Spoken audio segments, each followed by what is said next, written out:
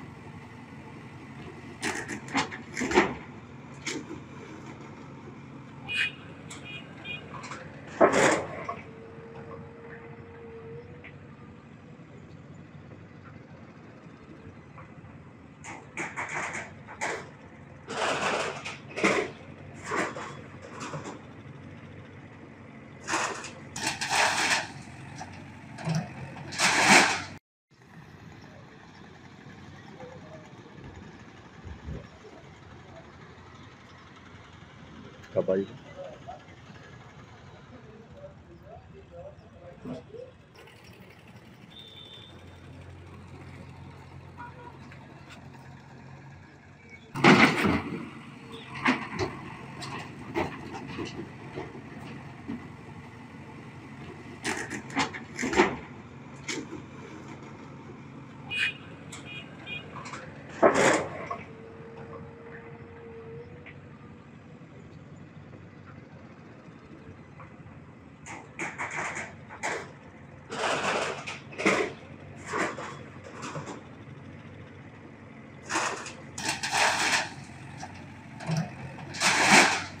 Basara triple ఐటీని MLA Pawar Ramarao Patel శుక్రవారం ఆకస్మిక తనిఖీ చేపట్టారు. ఇటీవల ట్రిపుల్ ఐటీలో స్వాతి అనే విద్యార్థి ఆత్మహత్య చేసుకోవడం పెద్ద మొత్తంలో విద్యార్థి సంఘాల నాయకులు ఆందోళన చేపట్టిన విషయం తెలిసిందే. ఇందులో భాగంగా ఆయన బాసర ట్రిపుల్ ఐటీకి వెళ్లి విద్యార్థులను కలిసి సమస్యలను అడిగి తెలుసుకున్నారు. ప్రతిష్టాత్మక విద్యా సంస్థల్లో ఆత్మహత్యలు ఎందుకు జరుగుతున్నాయనే విషయంలో ఆరా తీశారు. విద్యార్థులు ఆత్మహత్య చేసుకుని తమ బంగారు భవిష్యత్తు నాశనం చేసుకోవద్దని, ఏదైనా సమస్యలుంటే తనకు నేరుగా కాల్ చేయాల్సిందిగా సూచించారు.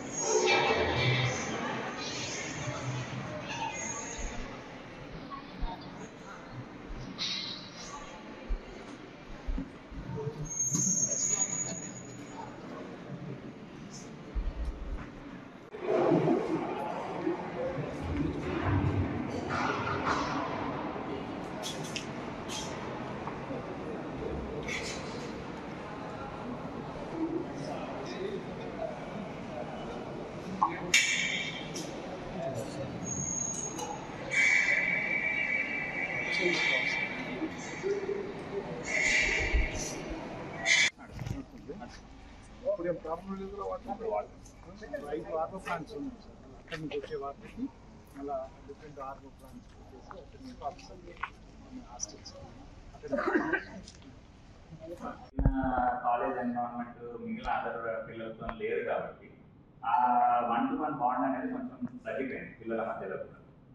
ఒకప్పుడు ఏంటంటే అందరూ కలిసి సీనియర్ జూనియర్ అని లేదు, వాళ్ళ లెర్నింగ్ కూడా ఓన్లీ వాళ్ళ నలుగురు మధ్యలో కాకుండా సీనియర్ ఎవరు మనకు హెల్ప్ చేసినా మనం నేర్చుకునే.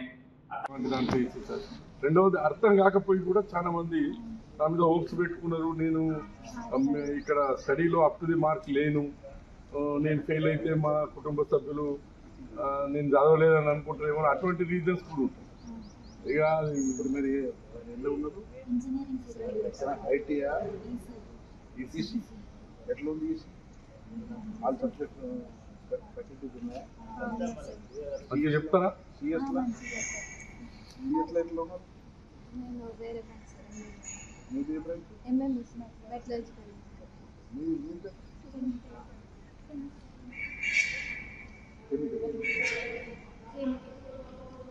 సిఎస్ వన్ లేదు, కంప్యూటర్ సైన్స్. ఇక్కడ లేదు. ఎట్లా ఉన్నది మీకు ఓవరాల్ టీచింగ్ స్టాఫ్? బాగుంది సార్. రెగ్యులర్ ఫీడ్బ్యాక్ తీసుకుంటున్నారు సార్. రెగ్యులర్గా ఫీడ్బ్యాక్ తీసుకుని మీకు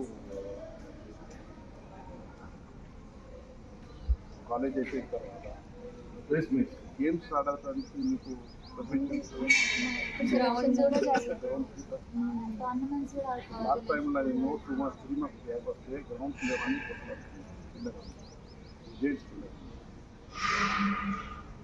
అంటే కొంచెం గ్రౌండ్ కూడా ప్రాపర్ కండిషన్ వర్షం అంటే మొత్తం ఏమేమి ఆడతారు? ఫుట్బాల్ కూడా ఆడతారు? ఇప్పుడు ఏం ఆడట్లేదు.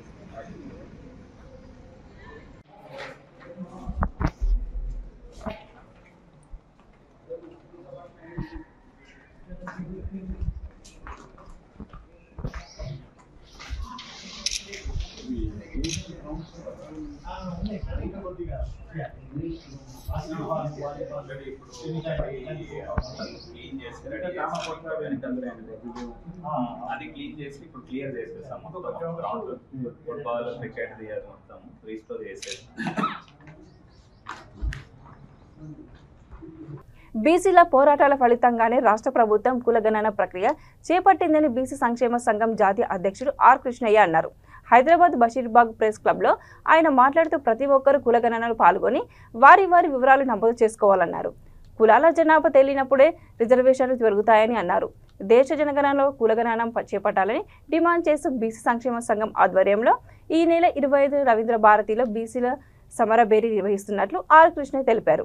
చరిత్రలో పోరాటాల ద్వారానే హక్కులు వాటాలను దక్కించుకున్నారని గుర్తు చేశారు. బీసీల రాజ్యాధికారం కోసం శాంతియుత పోరాటాలకు బీసీలు సిద్ధం కావాలని పిలుపునిచ్చారు. ప్రత్యేక వాటా కల్పించాలని కోరుతూ రిజర్వేషన్లు కల్పించాలని, బీసీలకు అన్ని రంగాల్లో వాటా ఇవ్వడంలో బీసీల సమరబేరి పెద్ద ఎత్తున జరుగుతుంది. ఈ సమావేశానికి ఉద్యోగం 76 ఏళ్ళు అయితే ఈ దేశం లోపల ఈ బీసీ కులాలకు ఏ రంగం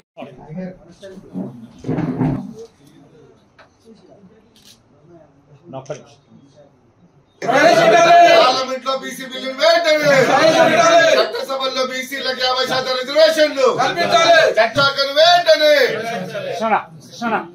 సాధిద్దాం సాధిద్దాం. జై బీసీ,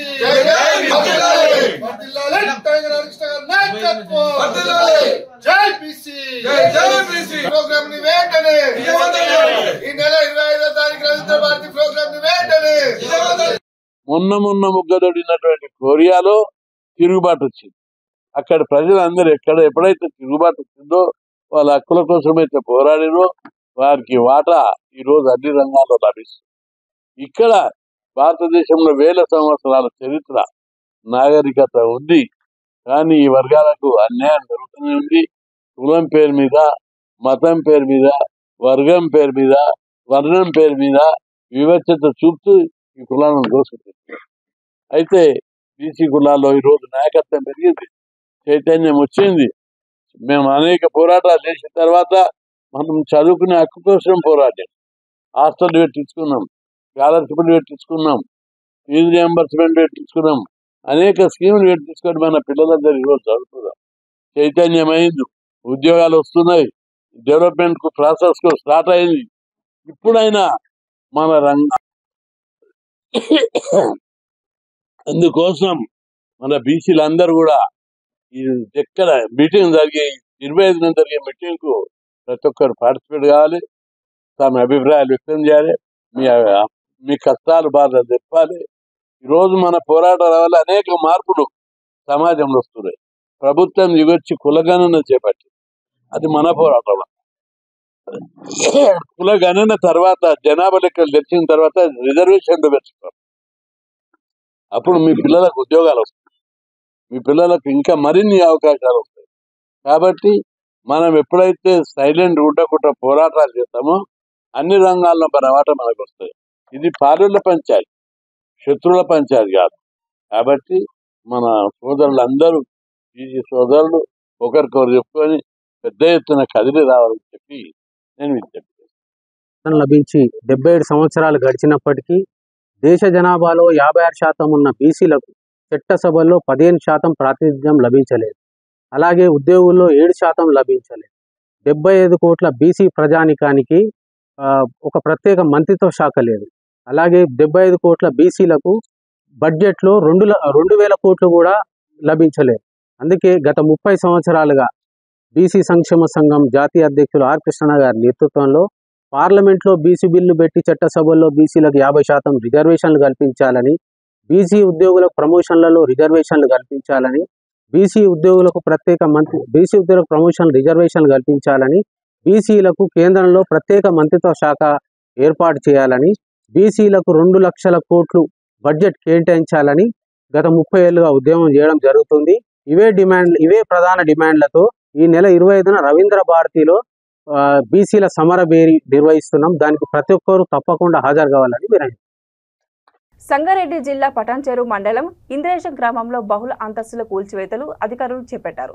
ఇంద్రేశం గ్రామంలో నవ్య కాలనీలో గోపాల్ అనే బిల్డర్ G+2 పర్మిషన్ తీసుకుని G+5 బహుళ అంతస్తుల బిల్డింగ్ అక్రమంగా నిర్వహించాడు. శుక్రవారం పత్రికలో వచ్చిన కథనంతో జిల్లా అధికారులు స్పందించి గ్రామ పంచాయతీ కార్యదర్శికి కూల్చివేతల కొరకు అనుమతులు జారీ చేశారు. దీంతో గ్రామ పంచాయతీ కార్యదర్శులు స్పందించి కూల్చివేతలు ప్రారంభించారు.